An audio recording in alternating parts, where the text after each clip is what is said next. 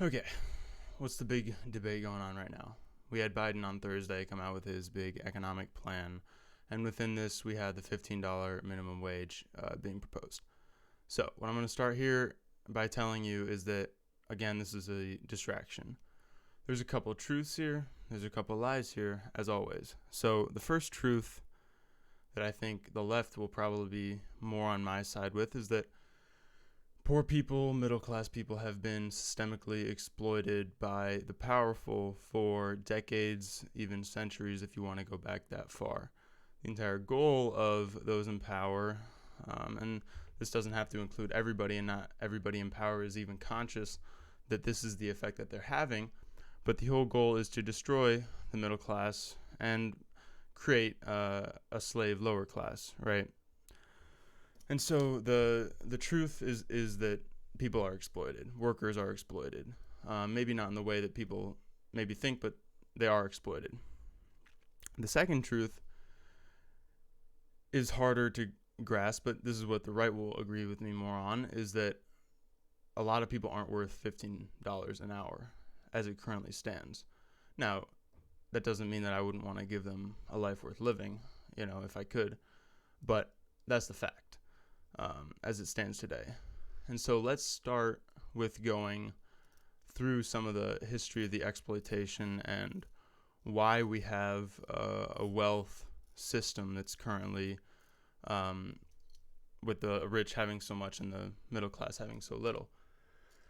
And really, the biggest stuff started in 2008, but to really understand it, you have to go back to, I think the best place to start would be the creation of the Federal Reserve. And so with the creation of the Federal Reserve and their takeover of the monetary system on a global scale over their many different systems, you had the classical gold standard, you had the Bretton Woods system, you had the post-1971 dollar, post-Bretton Woods. All of these systems were designed to steal from the middle class because all of them were inflationary at their core.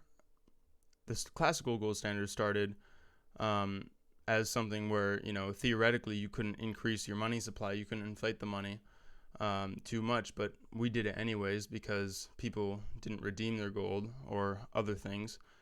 Same with the Bretton Woods system. The U.S. Was able to export dollars around the world, increasing its power, increasing its influence, specifically increasing the central bank's power and influence. Yet none of this helped the middle class. And to explain how they were stolen from, you have to understand what inflation is. It's a tax. It's not what they say it is. What they say is you need inflation because inflation is a signal of healthy economic growth. And so therefore they need to create inflation in order to stimulate the economy, in order to save it, to help all the poor people, which is total bullshit. You don't need inflation to have a healthy economy. What you do need is money turning over an economy, people moving their money throughout an economy and buying goods and services. But that doesn't necessarily create price inflation. And as a matter of fact, it creates price deflation because over time you have increases in quality, and these increases outweigh the increase in the money supply. So that's the first thing to understand. Inflation is a tax on you, and it's designed to steal your wealth over time. And to understand how much wealth has been stolen, we can't really quantify it. And there's a whole nother range of things you could go to in terms of the suppression of technologies that would have helped us have more power as a middle class, and other things. But it compounds. So if you have a 2% inflation every year, and all the inflation numbers are fake, by the way. Real inflation is much higher than they admit, especially in the last decade or so. But this compounds. If you steal 2% of our wealth, and give it to the central bank, which is essentially what happens in some ways, it grows over time, and you can see the middle class of America being decimated. As of today, it is pretty much gone as we know it. And the amount of wealth that would have been in our hands if this exploitation hadn't happened, just the inflation tax, if you only removed that and allowed a real savings a real monetary system to develop naturally, it would be in the trillions, tens of trillions, hundreds of trillions, most likely, in my opinion, maybe more than that. The kind of world we would live in if this weren't the case is honestly not possible to imagine. I do try to imagine it because it's fun. I think flying cars and free energy and perfectly clean environment, mental health issues eradicated, because apart from the inflation tax, you also have the way that they dumb you down and the way that they destroy your mind to create a slave. And this is something that started, again, you could say around the Industrial Revolution even. A good place to start would be property rights. When companies were starting to emit gas or emit toxic fumes into the atmosphere, it was ruled in many courts that the companies would be allowed to do it because they were producing for the general welfare. So, in other words, the individuals being harmed by this had no right to not be aggressed upon, because that's the way I see it. If you're emitting fumes and it's coming onto my property and getting into my body, that's an aggression. You're attacking me. I have a right to defend myself. However, that was not what the courts ruled. They ruled that you have no right to defend yourself. You must accept this for the general welfare. And so all of this continued along with, you have air pollution, environmental pollution in the ground, water pollution, and of course, my favorite of all, mind pollution.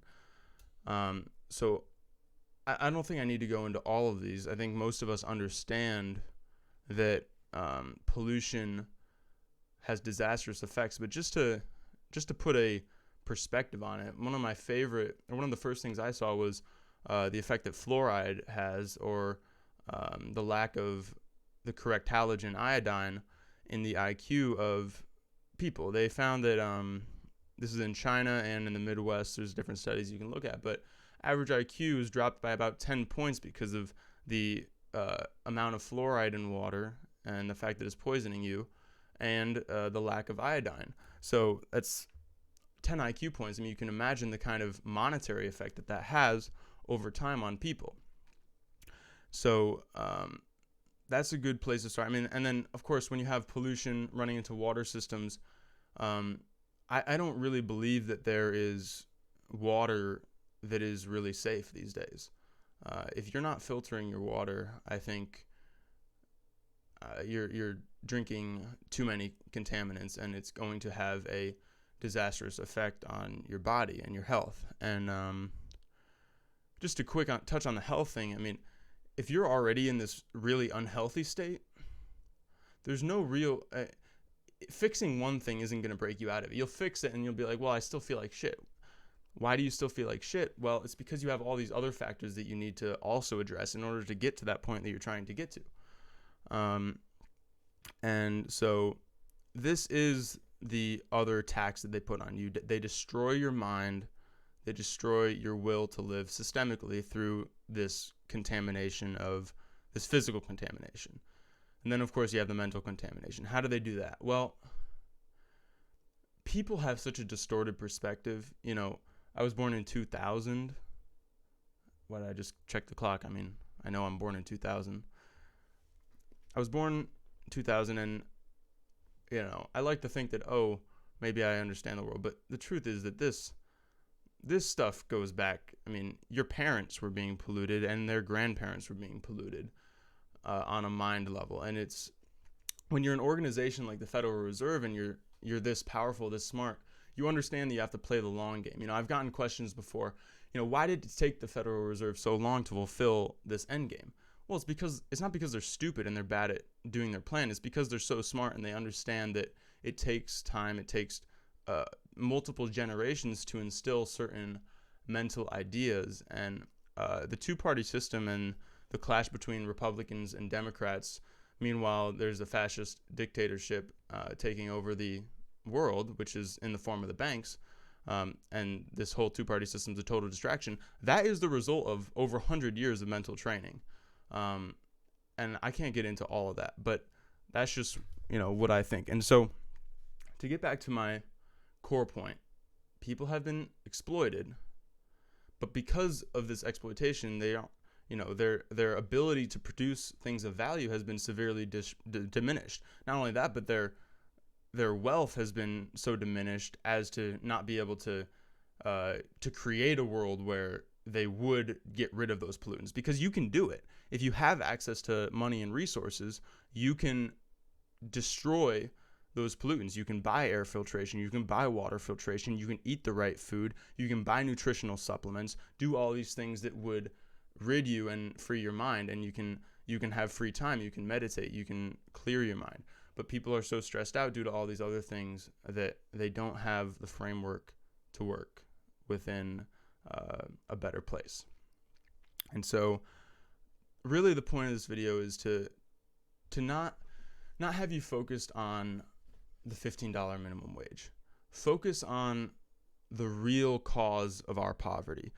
It's not that just the rich want to exploit you. It's really a conspiracy by the banks and their whole system that they've created to over time diminish your mind and your value, and to also steal all of your built up wealth that you accrued or your ancestors accrued by being productive.